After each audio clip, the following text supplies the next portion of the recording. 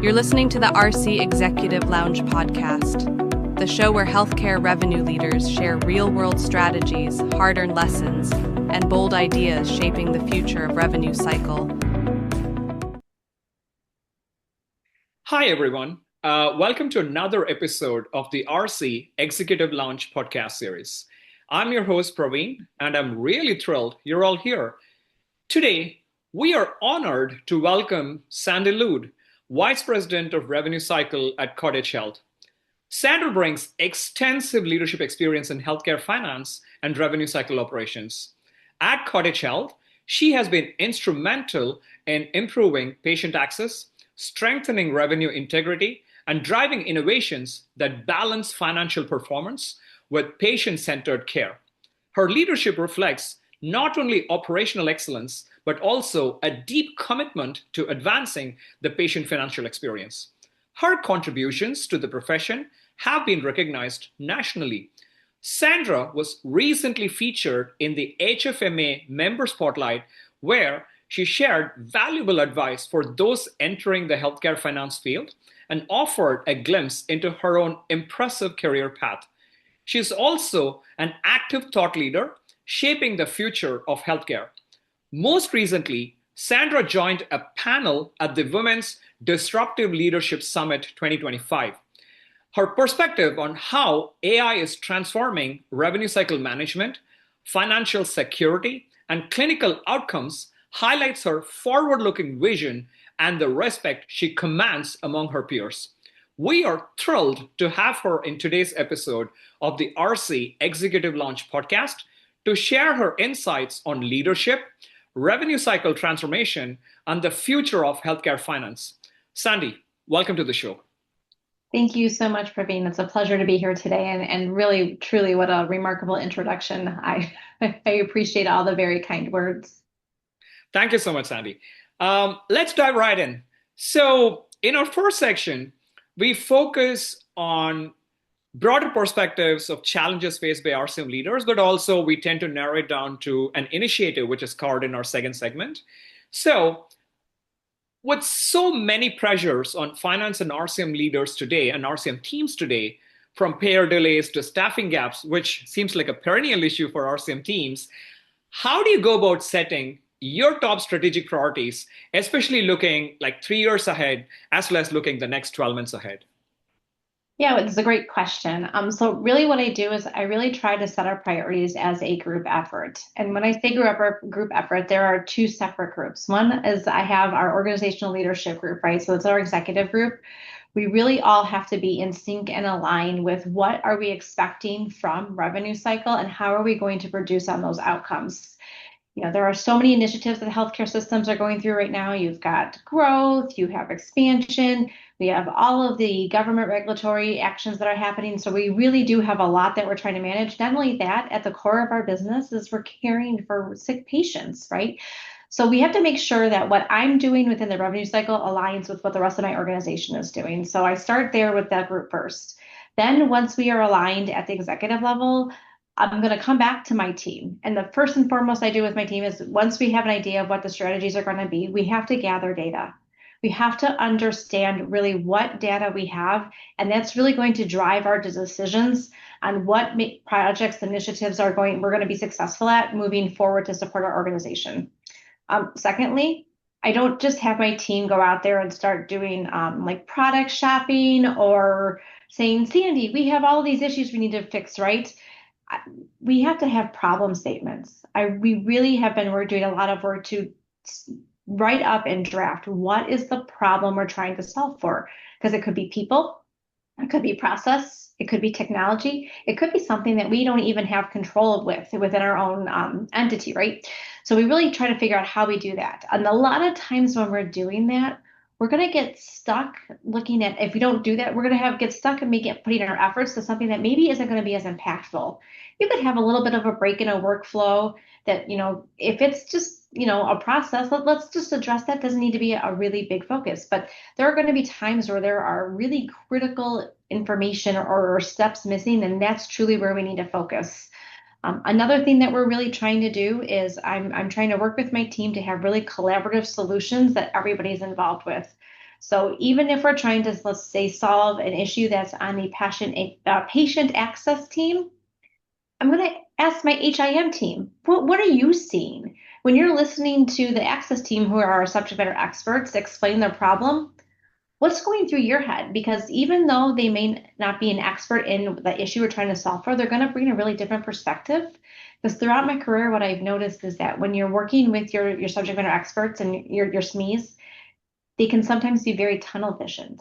So when you get those interactive, collaborative conversations with folks who aren't as involved in the work, it really starts to get that creative and innovative thinking to problem solving. And it really builds the team together because now you're solving issues on priorities that you have all designed together. And I think that at the end, too, when we talk about how we're prioritizing our strategic initiatives, we don't want it to be quantity based. I always want it to be quality based. Revenue cycle leaders across the industry are being asked to do more with less. Well, you can have people just really work accounts or work claims or work edits and just get things out the door quickly, quickly, quickly. But what's that eventually going to lead to? Yeah. You're going to have higher denials. You're going to have unhappy patients because maybe they're going to get a bill for a treatment that they never should have gotten a bill for. So we're really trying to tie all of our initiatives back to quality. I really want quality to be at the forefront because that's how you're going to continue to have all that great experience for your patients. Makes sense. And normally, when you're doing these strategic prioritization exercises with your team, obviously they are going to come up with a lot of initiatives. We've heard from leaders that they have to say no a lot. But sometimes there's such a good initiative that you want to say yes to, but given the constraints, it falls just below the line. Could you maybe share an example of one such initiative, and sometimes in the last a year or two, where you had to say no to such a good initiative in favor of something even more critical? Yes, so I am not alone when you say leaders get a ton of projects. So every year, my team gets together, we do a workshop, and we try to plan out in the middle of Q3 what we're going to start working on next year. At the end of that workshop, we probably have 60 plus initiatives that we're like, we are going to try to do because everyone comes, we've done our homework, we know what we're trying to solve for. We can't do 60 projects, right? And if we tried, we would be super unsuccessful. So really what we do is, since we can't do all of those, I'm going to get the team together and we're going to figure out what projects are going to support our organizational goals, which is what we call top goals, right? So what are those top goals that we need to address first? And we're going to align ourselves with that. So what can we do as far as financial stability? What are we going to do in order to support ambulatory growth or whatever it is that we might be working on? And then we kind of break it up into those categories of, okay, that's the goal that we're going to have to do for the organization. Here are some projects that are going to create positive net revenue. We have to add those to the list, and then we have those nice to have. So that's really how my team addresses trying to get down to those initiatives. And that's how I say no to some of these really great ideas. And when I say no, it's not always going to be a no, we're not going to do it. It's going to be we're not going to do it right now, but let's add it to that parking lot list and revisit it. So a great example of what we did was when we were creating our goals, we identified, denials. Denials is something that everyone's talking about. We are very dedicated to having high denial recovery rates, but we haven't really implemented a true, what I would call a denials prevention program. We really have been managing the denials in revenue cycle and revenue cycle only. We haven't branched out to really talk with our clinical partners to tell them, here's denials that we're seeing in your areas, especially those high revenue producing areas such as your outpatient imaging or surgeries. So they are really great partners and they truly do care about their revenue too. So one of the goals for the team is we were going to create this denials management program. So everyone was like, great, we're going to create a charter, we're going to get reporting, we're going to be ready to go. So once we started the work, we realized we didn't have a really strong foundation. So I'm like, okay, time out. We have to pause on creating that program and let's start focusing on that foundation. Makes sense. We had reporting that wasn't accurate. We realized that what we call our RMC dictionary, so that's all of the mapping from your remittance codes to your actions. We had codes that should have been denials that were not creating denials and vice versa. So instead of moving forward with what we originally thought, we had to pivot and say, we got to fix these fundamental workflows and challenges that we're having and then go back to that. That makes sense. Yeah. Awesome. You brought up a very important topic of denials.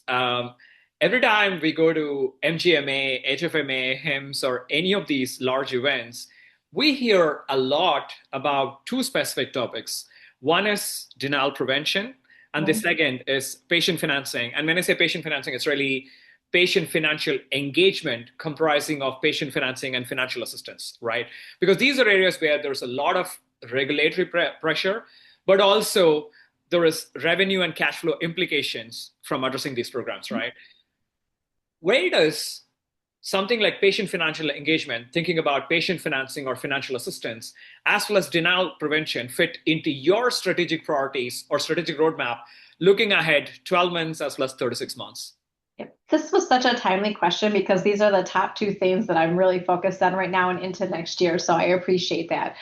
If I could start with the denials piece first, right? That was work we had already started this year to try to get through and how we can truly create a denials prevention program. So we had to pivot, do the reporting, get our fundamentals ready, and now we're going to move back to that. I think that's the key, though. It's understanding your denials data and truly what is preventable. I think that's changed over the course of my career as well. What we would have considered preventable 10 years ago isn't necessarily preventable now.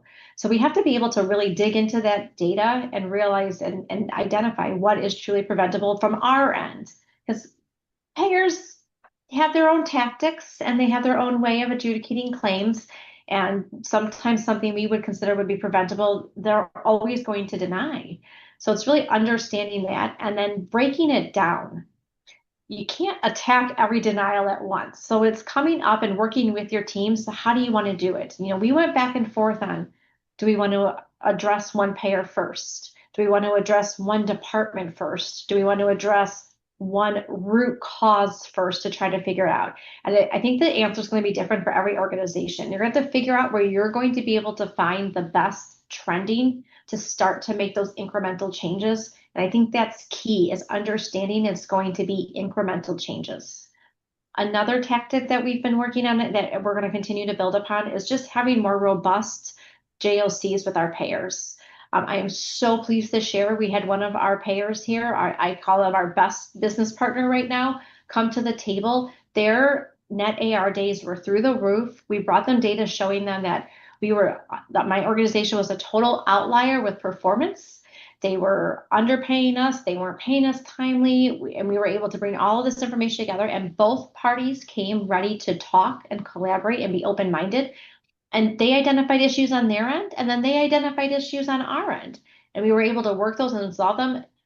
After about 3 to 4 months, their AR was back where it needed to be. The AR days were down. The payments were coming in the door. And we continue to work together. And so the next step we're going to take is, how can we start to prevent those denials? What is the administrative burden on both teams? And where are we seeing the strongest recoveries? And what can we do to have it so that the payer is not going to be denying anymore? So it's kind of the tactics that we're taking for denials management. As far as the patient financing, I am very fortunate that I work for an organization that has an overly generous charity care discount policy. Very nice. So thank you. We are very, very proud of that because we understand that within our patient demographics, we have a lot of individuals who have high deductible plans. Where I live is a very expensive area. So we do our best to really help our patients because we never want a patient to not seek care because they're afraid they can't afford it. Yep. So we have a very generous charity care. The other things we're trying to do is making payments easy for the patient. We've done a lot of education and training with all of our front office folks because it's not only patient access that reports up through revenue cycle. We also have our outpatient departments that have front office staff, our physician clinics that have front office staff. They all have to be educated in how to have these conversations with patients. So we really educate folks and try to help them understand how to do it like a time of service payment, using compassionate language with them. If a patient says, I honestly can't pay, okay, that's fine. We don't pressure them to, but let me then connect you with a financial counselor. Maybe there's opportunities that we have to help you get financial assistance or a discounted payment. Our bigger balances, we do work with our patients on having interest-free payment plans. Nice. And every organization has their parameters of how much they want to extend those payment plans for, but there's always the capability to flex that out based on a patient's need. And I think the other thing is just having the right tools for the patients to interact with. We're in even just within the workforce and within healthcare, you have multiple generations of folks, and everybody wants to access their care and their balances in different ways. Some want to call and talk to people, others want to self-serve. So we have to be able to have the right tools in place to help patients really do that. And I think it's just really addressing these conversations with compassion and understanding and working with your patients. Again, though, every organization is going to be different based on their demographics and what they're truly able to do. And then I think my final comment on this question is I am also very fortunate where I have a really talented eligibility team. So I want to give a huge shout out to them. They have a 93% conversion rate of uninsured to insured through our workflows. And it's just truly That's amazing. fantastic. Thank you. That this dedicated team, I believe there's about 5 of them that are able to connect with patients and help them get those services such as Medicaid or the ACA plans and connect them to get the coverage. Because a lot of times these patients are your reoccurring patients or come back. And so we're really able to help them with that. And we do offer assistance with other programs if folks have issues with transportation or food insecurities. We have programs that we're able to connect patients with on that too. That's awesome. We are really glad to get to know about the robust program inside Cottage Health. With that, let's take a short break. We'll be back soon. When care feels out of reach, patients walk away. Hospitals are left with denied claims and money they cannot collect. RCHQ's Agentic AI cuts claim denials and helps patients set up payment plans that fit their budget, while connecting them to assistance programs like Charity Care and Medicare. Seamlessly integrates with your existing RCM systems with no coding required. Empower patients, protect revenue, increase cash flow. RCHQ, every patient's trusted AI financial assistant. Great. We are back on air with Sandy. Sandy, again, thank you so much for joining us today. Let's move on to the next segment. I would love to dive into a recent initiative that you led. What challenges were you solving for, and how did the program go? So, all yours. Yes. So I thought about this question and I was thinking, should I do a successful initiative or should I do maybe one that wasn't so successful? And so I want to be the leader that I inspire to be, is transparent and to celebrate the failures. So we're going to go with one that was not so good. So we decided to implement some autonomous coding, and it was a true roller coaster of an implementation. We are on this, like I said, a rapid growth plan in our outpatient space, both on the hospital outpatient departments and our ambulatory. And so we just don't have enough coders to keep up with that. I also believe in my soul that outpatient coding is a less complex cases. It's a prime area to do autonomous coding. We have the documentation, the reports, and everything's there. The machines are smart enough to learn this. So I think it can be a really successful thing for organizations. What I was not anticipating was how challenging that implementation would be, because I thought, hey, let's start with some outpatient coding and it would be a really easy journey. And it really wasn't. So Specifically, once you identified the challenge, how did you go about selecting a solution to implement or a methodology to implement? Or did you find a partner? And if you found a partner, how did you go about selecting the partner? Yes. So our organization, we do an RFP. We do a request for proposals. So we come together as a group and we try to, again, it's identifying that problem. What problem are you trying to solve? Every organization has their boilerplate RFP form. So you have all that in there. And then we got to the questions about exactly what we were looking for. We sent it out to organizations that we had done our research on that we thought would be a good fit for us. We got those responses back and we narrowed it down to, I believe it was 3 top contenders. And then we did demos with them. We had a really robust scorecard after we did the demos to really identify who we wanted to partner with. And then we made our selection on who to partner with. One of the things that I'm pretty prideful on is we don't just pick the business partner that's going to be the least expensive or the one that has the biggest, bells and whistles. You really need to select the partner that's going to meet the need of the problem you're trying to solve for. And so you're just really making sure that you have, like I said, that scorecard where you have your boxes and you're able to really compare vendor to vendor in order to know who you pick. So that's how we were able to narrow it down to the business partner that we chose. Makes sense. And let's talk about implementation. You mentioned that there were challenges, it went off the rails. What were the surprises and what were the lessons that your organization carried from the experience? Yes, I would say that for this project, like I said, the implementation started off at like the giant drop. I think at the beginning there was lack of clarity both from our business partner and from the revenue cycle team as to what was in scope for this project. Because when we were trying to vet out a partner, when I'm oversee both the hospital and the professional side, so we really were trying to find a professional billing or professional coding tool, and it ended up shifting more to the hospital side. So we had a little bit of challenges with there because then it's different leaders, different perspectives. I also think that AI is still so new. Yeah. And those of us who are not in tech don't understand it, right? And it can be a little bit scary. So it's how do we get our folks and our people who are going to be using the AI comfortable? How do we know what questions to ask? What can we do to support them to know that it will be successful? It just takes a little bit of hard work. We have to do a mind shift because we're going from people doing the work to a machine doing the work. So it took us a little bit to get through that piece. So recognizing the curve, the learning curve for both sides. And then I think just having very clear scope of it. Another area that we struggled with was how are we going to get this data over to our business partner when you think about so we're doing it with imaging. Most organizations would just give the business partner all imaging, but I didn't want to do that. I wanted to start with just our standalone outpatient imaging. So we had a lot of challenges carving out that subset, which maybe in hindsight we should have just done all instead of a subset. But again, cautious. We wanted to be able to mitigate risk and how this was going to look moving forward.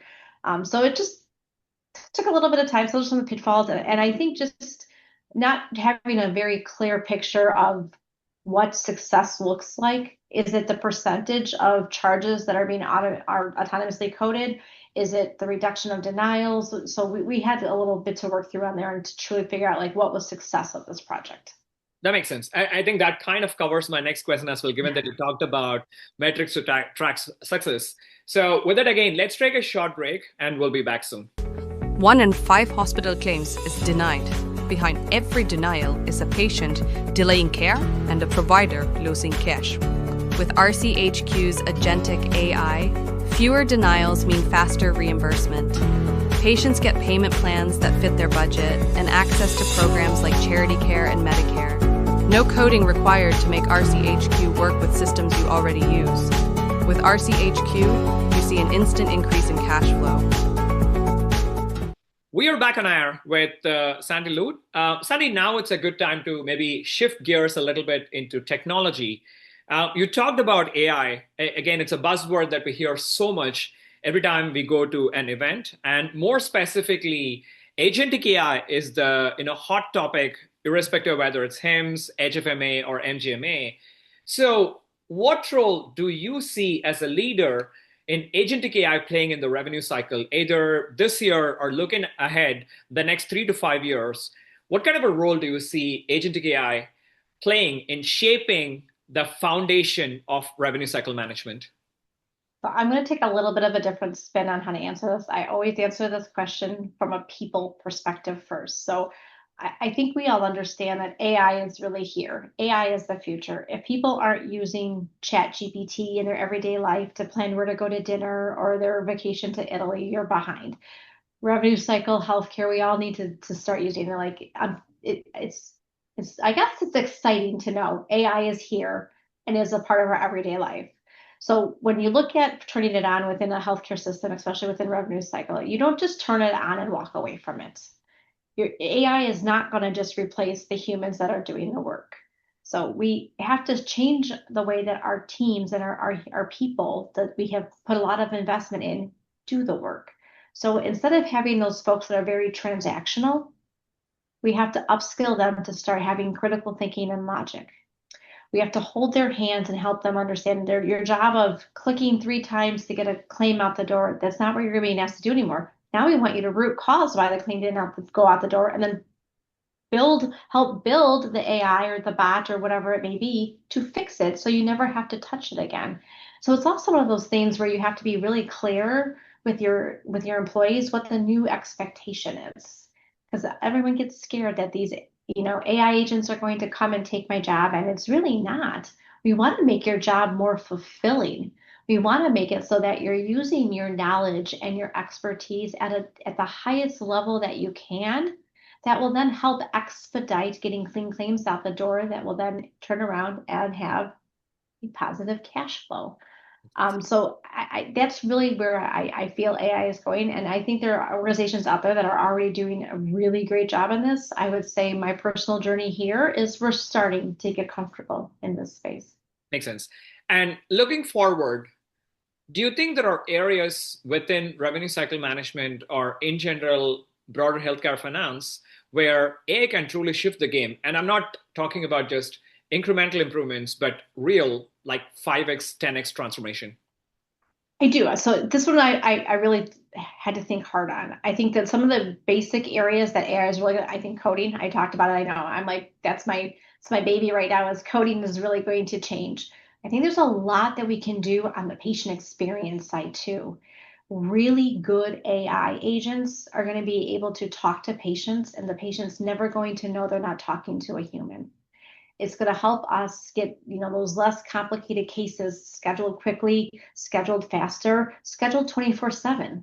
I refer back to I have teenagers. My teenagers don't want to talk to anybody, but if they do have to, they're going to do it at like 11 o'clock at night when the rest of us are sleeping. They're not going to want to do it through regular business hours. So we have to kind of shift how we're doing our business because most scheduling doesn't happen 24/7, but an AI agent can help it. That way the patients know that they can call at any time. They're going to get their appointments. They're going to understand what's happening. I think that there's going to have to be a lot of AI just with provider and payer relationships. We have to figure out a way for the payers and the providers to work together to take over that administrative burden. And I think AI can get us there.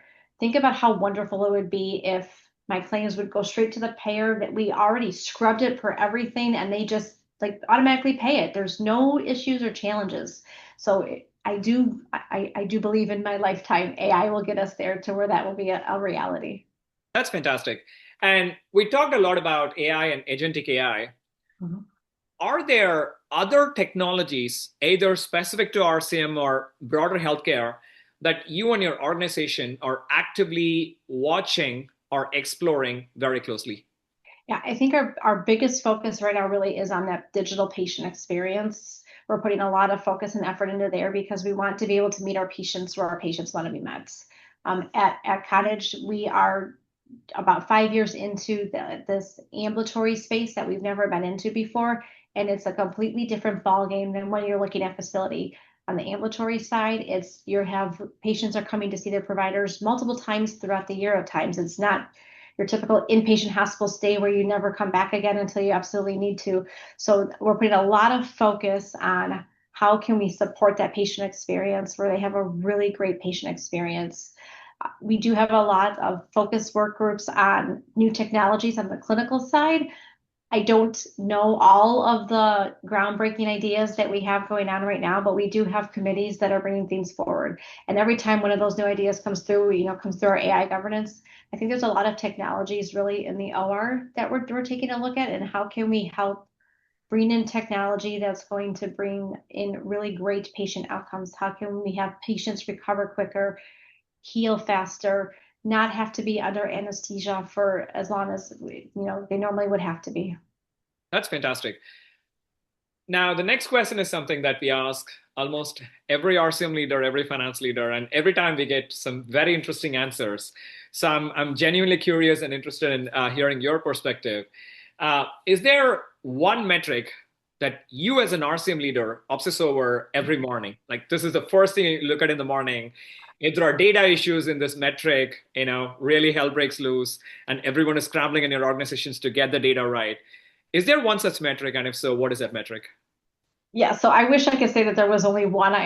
There's probably like 15 I could rattle off, but the one that I have the most obsession with is my cash. Every morning I want to know what's sitting in my remittance queue and what's hit the bank. Is it the same? Is it off? Where are we going? It's just so important because at the end of the day, that's what revenue cycle. I mean, that's our jobs, right? We want to collect the cash that's due to us for the great care that our organizations provide. So that would be my one that I'm probably a little bit more obsessed over than I should be. Fantastic. Interestingly, another RCM leader named Sandy said the exact same thing. So, with that very interesting insight, let's take a short break. When we come back, we are going to talk to Sandy about leadership and the challenges RCM leaders face in healthcare. Every denied claim is money left on the table. Every missed payment is cash flow you may never see again. RCHQ utilizes Agentic AI to lower denials, set up families with affordable payment plans, and connect patients to affordability assistance programs like Charity Care. Lower denials, expand affordability, and strengthen cash flow. RCHQ makes it possible with no coding required. Visit rchq.com today. We are back on air. Thank you, Sandy. So, as I mentioned, let's switch gears and talk about leadership and the challenges leaders face in RCM. Now, change is really hard in any environment, but it's more so in RCM environments because by nature, RCM environments are incredibly complex. I mean, talk about patient financing, denial prevention, financial assistance, Medicare. There is so much going on. How do you build momentum for change across your teams when you're trying to roll out a big change, a major project, something like autonomous coding to your organization? Yeah, so first and foremost is you got to include the people doing the work in your decision making and discussions. We have to rely on our people that they know the workflows inside and out. They know where things are going to fail. They know where things are going to be successful. So we really try to include the people doing the work in any of our changes. I'm very transparent with the results and the why behind what we're doing. Why are we making this change? What is this change going to bring? Here's what we're expecting to happen. Because you don't want to just implement change because you think it's going to do something, and you have to know it's going to do something. So we want to be very clear on what we're trying to solve for and how we're going to showcase that the issue or that gap or that need was met. We recognize team members. If we have team members that are involved in these conversations and they identified an area that would fail, and it does, we call it out, be like, great job, Kelly, you told us this isn't going to work, and it didn't, and then how about this? Tell me how it will work. What are your ideas on how it will work? That has been very successful. And I think the other thing that we try to do is you have to follow through with what you say. So if you come in with the change and you say that it's going to bring in $10 million a month extra, you better have your action support that you're going to see that $10 million. If it's not, if you're going to put in an automation and you say it's not going to reduce FTEs, do not turn around and reduce FTEs. And just be transparent with folks. People take a lot of pride in their work. Everyone wants to come to work and they want to do a really good job and they want to work for organizations that are going to be successful. So it's just making sure that everyone stays involved in that. Now, yes, at the end of the day, leaders are responsible to make those hard decisions. But I always lean into my team because they are the ones that are experts and I want their voices to be heard. And that way, that makes me a better leader because then I'm making really informed decisions because I've brought them with me. And I've also learned from them too.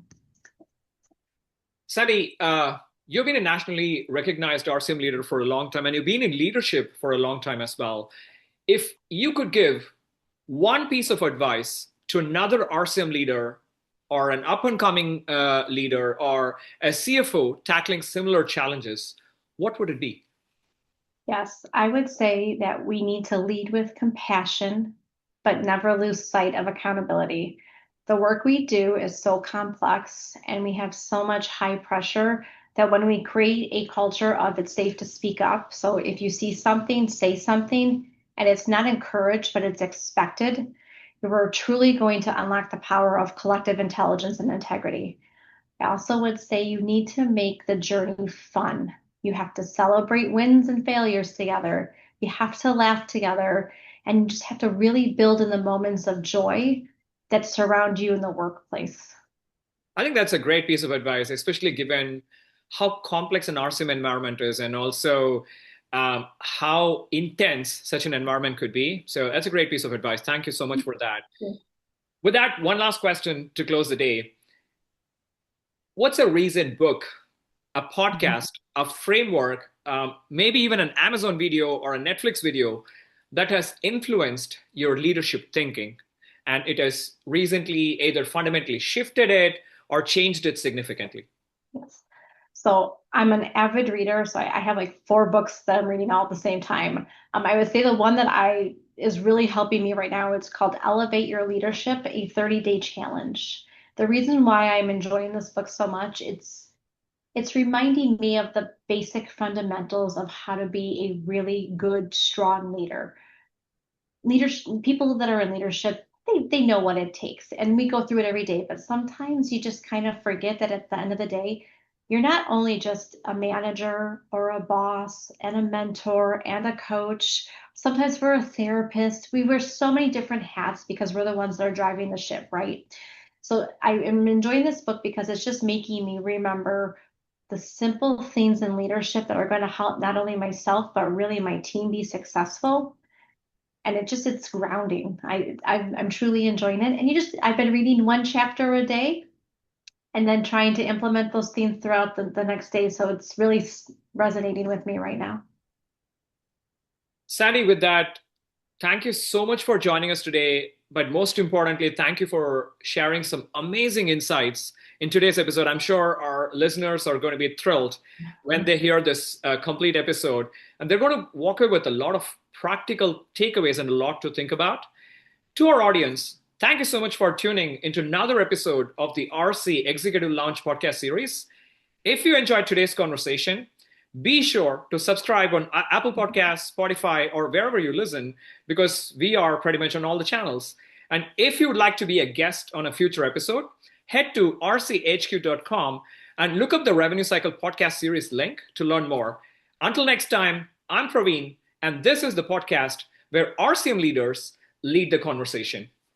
You're listening to the RC Executive Lounge podcast, the show where healthcare revenue leaders share real-world strategies, hard-earned lessons, and bold ideas shaping the future of revenue cycle.